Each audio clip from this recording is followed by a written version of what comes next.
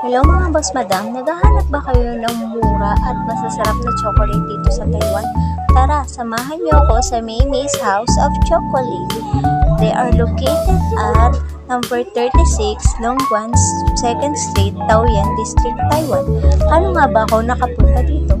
Sumakay po ako sa Sanction District Station, then bumaba po ako sa Neyli Station.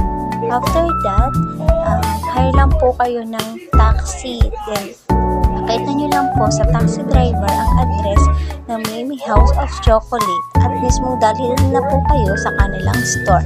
100 to 120 NT lang po ang pamasahe. Sa una pa lang, may free water na po kayo at unlimited free taste ng iba't ibang klaseng chocolate na gusto mo.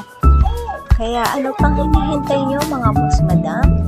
Pumunta na po kayo dito sa Mimi's House of Chocolate. Napakabait pa po ng ating kababayan na siya po ang may-ari ng store.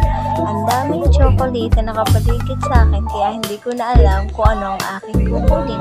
Kaya mga kababayan ko sa Taiwan, punta na po kayo sa Mimi's House of Chocolate. Bye-bye! Thank you!